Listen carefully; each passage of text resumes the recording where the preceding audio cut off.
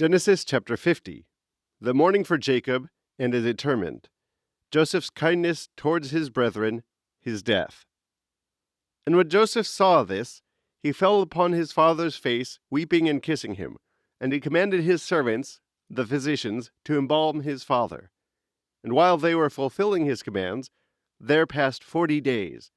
For this was the manner with bodies that were embalmed, and Egypt mourned for him 70 days. And the time of the mourning being expired, Joseph spoke to the family of Pharaoh, If I have found favor in your sight, speak in the ears of Pharaoh. For my father made me swear to him, saying, Behold, I die. Thou shalt bury me in my sepulchre, which I have digged for myself in the land of Canaan. So I will go up and bury my father, and return.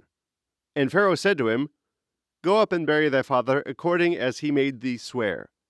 So he went up, and there went with him all the ancients of Pharaoh's house, and all the elders of the land of Egypt, and the house of Joseph with his brethren, except their children, and their flocks and herds, which they left in the land of Gesen.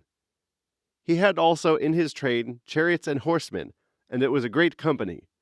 And they came to the threshing floor of Atad, which is situated beyond the Jordan, where celebrating the exequies with a great and vehement lamentation, they spent full 7 days. And when the inhabitants of Canaan saw this, they said, This is a great mourning to the Egyptians, and therefore the name of that place was called the mourning of Egypt. So the sons of Jacob did as he commanded them, and carrying him into the land of Canaan, they buried him in the double cave which Abraham had bought together with the field for a possession of a burying place of Ephron the Hethite over against Mamre.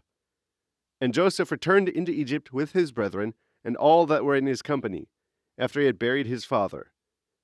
Now he being dead, his brethren were afraid, and talked with one another, lest perhaps he should remember the wrong he suffered, and requite us all the evil that we did to him. And they sent a message to him, saying, Thy father commanded us before he died, that we should say thus much to thee from him. I beseech thee to forget the wickedness of thy brethren, and the sin and malice they practiced against thee. We also pray thee to forgive the servants of the God of thy father this wickedness. And when Joseph heard this, he wept. And his brethren came to him, and worshipping prostrate on the ground, they said, We are thy servants. And he answered them, Fear not. Can we resist the will of God? You thought evil against me, but God turned it into good, that he might exalt me, as at present you see, and might save many people. Fear not. I will feed you and your children. And he comforted them, and spoke gently and mildly.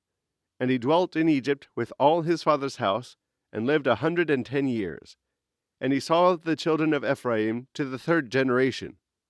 The children also of Machir, the son of Manasseh, were born on Joseph's knees. After which he told his brethren, God will visit you after my death, and will make you go up out of this land to the land which he swore to Abraham, Isaac, and Jacob. And he made them swear to him, saying, God will visit you. Carry my bones with you out of this place. And he died, being 110 years old, and being embalmed, he was laid in a coffin in Egypt.